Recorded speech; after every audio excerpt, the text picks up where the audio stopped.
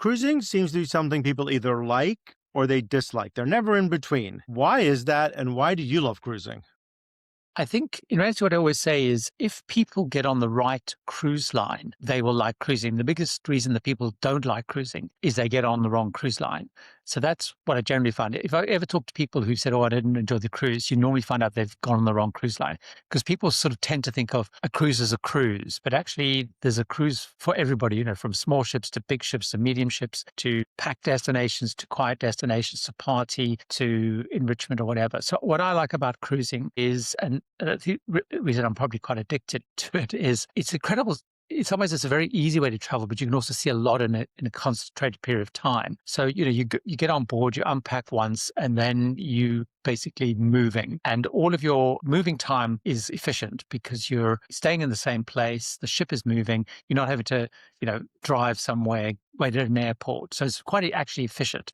And when you're sailing, you're being entertained, you're dining, you're eating, you're listening to lectures, learning stuff, whatever. So I really like that you can just do so much, and you can go on a week-long cruise in the Mediterranean and visit 4 or 5 iconic cities in one week, which you could never do land-based. And also I like it because there are some places which you can only really see by cruising, or it's very efficient to see by cruising. Antarctica's one kind of obvious one, but even places like going to Iceland, a cruise is quite efficient because all the key places to see are sort of on the coast. So you can actually see a huge amount of Iceland. Iceland's very expensive place to visit, and it ends up being more cost effective. So it's a combination of things really, but mostly I find people who don't like cruising is they've gone with the wrong cruise line. So let's talk about the larger cruise lines like Royal Caribbean, Norwegian, and Celebrity. What are the main differences between their ships?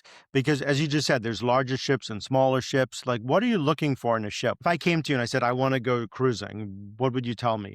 Well, there's a couple of things in it. First of all, I'd probably spend time understanding what you really liked, is the key thing. But to just answer the first part, because it'll sort of answer it, is there are, broadly speaking, 4 main categories of cruise. If we exclude expedition stuff at the moment, like mainstream cruising to the Caribbean, Alaska, whatever.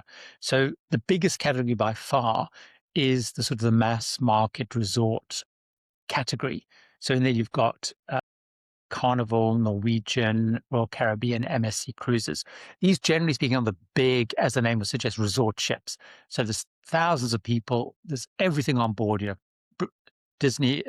Production shows, ice skating rinks, wall climbing, dozens of restaurants. So that's kind of really for people who are looking for a resort experience. So they're very good for families, younger people who've got multi-generational stuff, and they are the most affordable. But although they do also have some of the most expensive cabins of all, but you can do this pretty inexpensively. The next category is the premium category, which is lines like Celebrity, Holland America, Princess, Cunard, Virgin Voyages, Disney's in there as well. So a little bit more expensive. They used to traditionally be more for couples, a little bit older. So you'll often find it'll skew older. People will be maybe 60s, late 50s, 60s and older. And they will tend to also do more interesting destinations. So the first category will tend to really just do the Caribbean, the Mediterranean, and some stuff in Alaska. Premium will do all those as well, but they'll also do Asia, Africa, Australia. So they'll have slightly more interesting itineraries. They'll have longer sailings, they'll do world cruises. They tend to be a little bit more sedate, if you like. Then you have the next category, which is the small ship luxury category, Viking, Windstar, Azamara, other sort of lines in there. So these tend to be much smaller ships, so much less stuff on board, and then a little bit more focus on the destinations. So you're not going to have as much happening on board, as much choice on board. And they're going to be more all-inclusive. Then you have the ultra-luxury, which is things like Seabourn, Explorer Journeys, Bristol, Region 7 Seas. And that's for people who have a lot of budget. They want to be in lots of comfort. Again, very small ships. And again, are looking for kind of more unusual destinations. They've probably done the Caribbean.